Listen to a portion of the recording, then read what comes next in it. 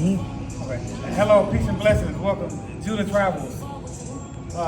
Today I'm in Brazil, Sao Paulo, Brooklyn Bar, right here with the owner, Khalid.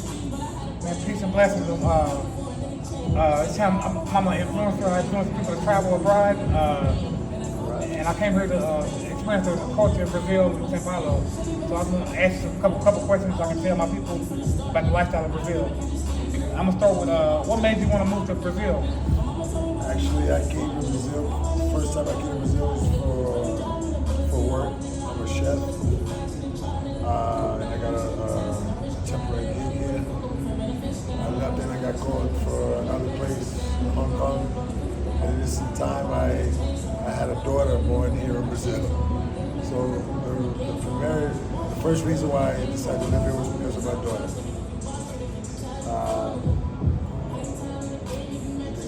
No, that's good. That's really good.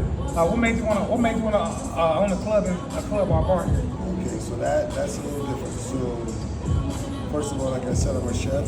So I worked first as a chef. I had a food truck, then I had two, then I shared a restaurant. I love music as well. I love to travel. So I started forming this idea of trying to make something that had a little bit more of what I'm accustomed to back home, what I like, a little bit of everything. Being that I'm going to be doing it every day, it's good to have something that you enjoy. So I started thinking about culture, black culture. I started thinking about food from back home. I started thinking about music.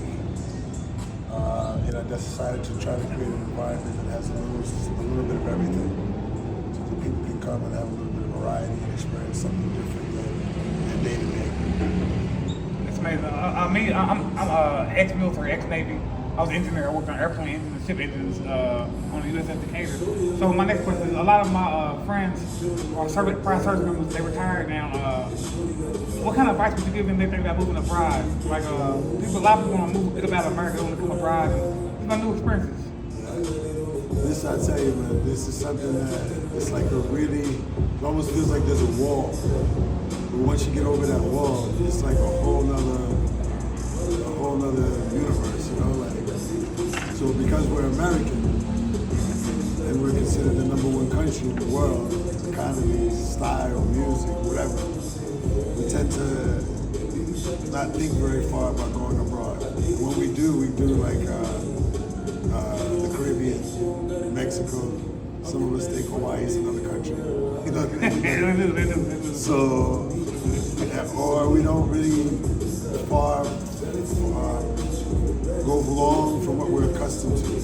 Language, food. But when you do that, it kind of opens your mind and makes you see another way that people live. It kind of makes you see the world as opposed to seeing the world right or wrong. You see the world in different forms. You see that sometimes you can take something from another way of life and incorporate it in yours. Or you can appreciate more what you have. And because there are people that are living around the world and with way less than we have, but even in the same instance, much happier. Yeah, correct. So I would suggest that if you have the courage, you should definitely try to see the world, because there's a lot of different things going on, a lot of cultures, a lot of education, a lot of things you can learn about yourself as a person. The last thing I'll say is that when you do go, you have to get out of your mind of your culture and your language. You have to try to fit into where you are. It's the only way you're going to get the real experience. You got to try to learn the language, or at least get somebody at your side that knows the language, that knows the culture, that knows this. If you just try to show up with your American passport and get all American, you're going to get it and you're going to pay too. And you're going to leave and have no experience of what it is. That makes sense. So tell me a little bit about your background. My background, okay. So born and raised in New York City, Brooklyn. My mother's of German descent. My dad is from Barbados, so I'm mixed race. But kind of, what is it? Coffee with milk is coffee. So I was raised as a black man, so my experience when I traveled abroad, it was a whole other element. I almost think that if the U.S. is not one of the most racial countries, It's not the most racist, it's one of them. And it's a form of ignorance allowed to have in many ways. So when I travel abroad, I have another experience. It's almost like a plus being a black man. It's a plus being American. It's funny because back home, the only people that wave the flag are the middle Americans. You know, the gun toters, the Wyomings, the North Dakotas, the big city people don't tote the flag. But any country you go to, they tote their flag. But when you leave the country, you'll be like, yeah, I'm American. Yeah, I'm American. When we're home, we're like, I'm half this, half that. My parents are Indian, we don't really say much about it. So, yeah, again, it gave me another experience. It lightened the load. It made me less angry, maybe. Because you tend to grow up angry as a black man in the U.S. Not even as black, as a man in general. Because it's both sides. The white people get their beef too because of unnecessarily so at times as well.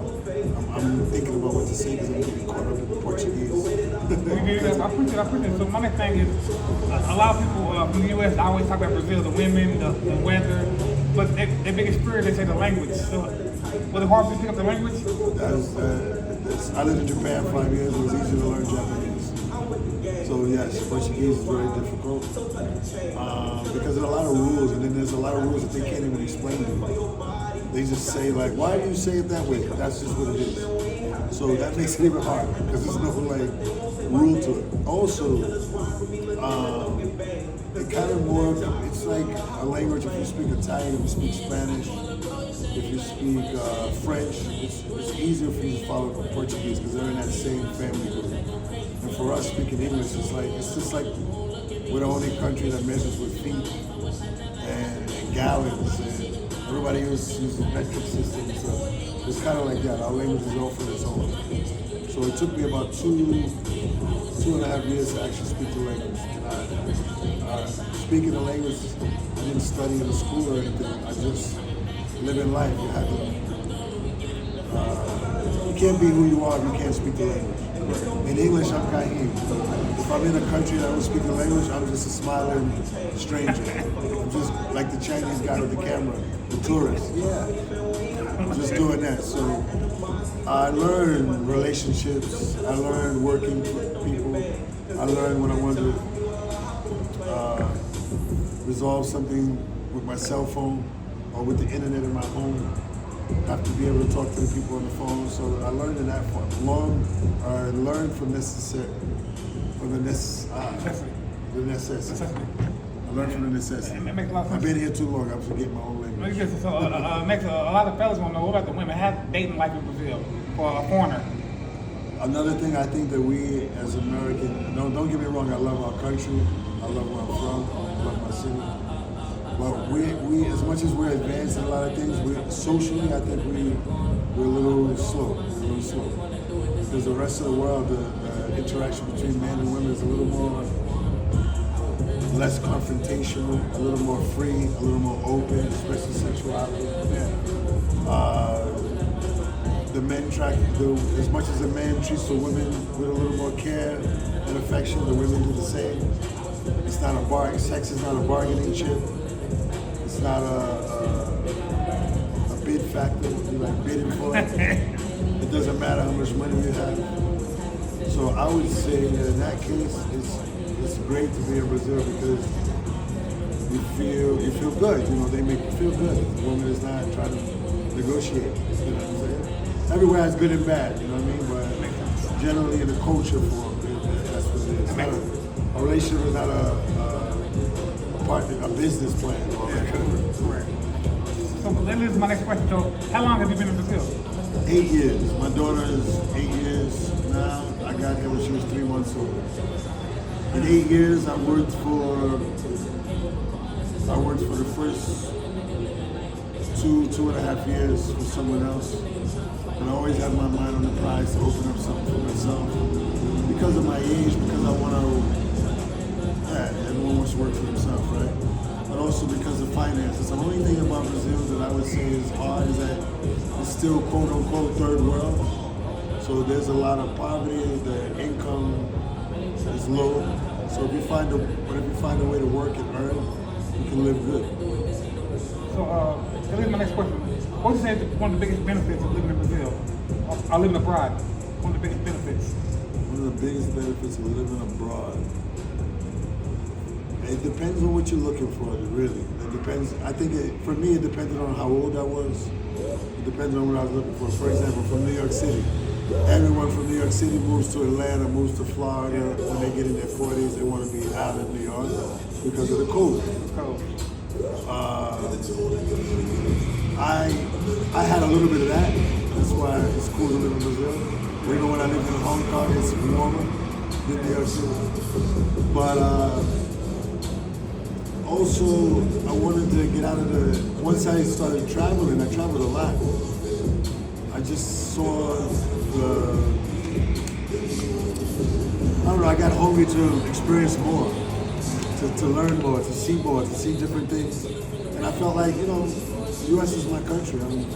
I got that. You know what I mean? Like, I got it. I know what it is. So I was more curious, wanted to grow, get more. And I also wanted a little more.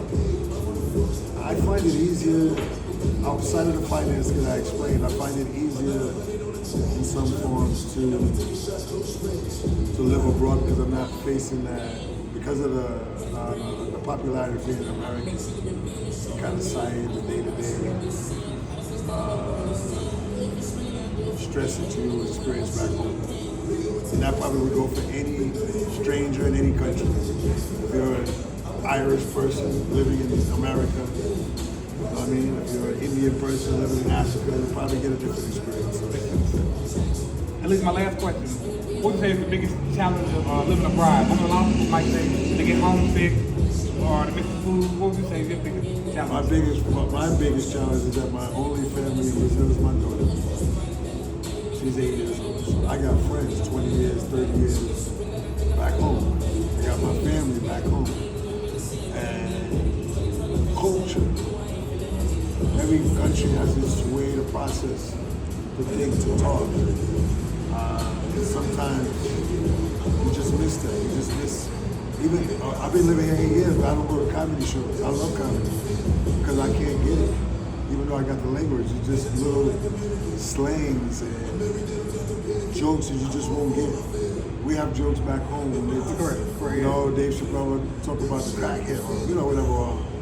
Or we might get Bernie Mac because they talk about how black people are, how your grandma, what's this,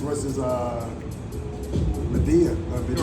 Yeah, how the old black grandmother acts, or how the old white, So we don't really have, I don't really have that. So I miss those things. I miss culture. I miss family. I go every year. I go home to visit. I just don't go at Christmas because it's cold. I gave up on cold. Unless I'm skiing, I'm not going anywhere near home. Man, so thank you guys for your time. Thanks for the interview. I really appreciate it, man. And make sure you guys, when you're in Sao Paulo, make sure you check out the Brooklyn Bar, man. You can follow on Instagram, the Brooklyn Bar at Brazil. Thanks so much, man. God bless.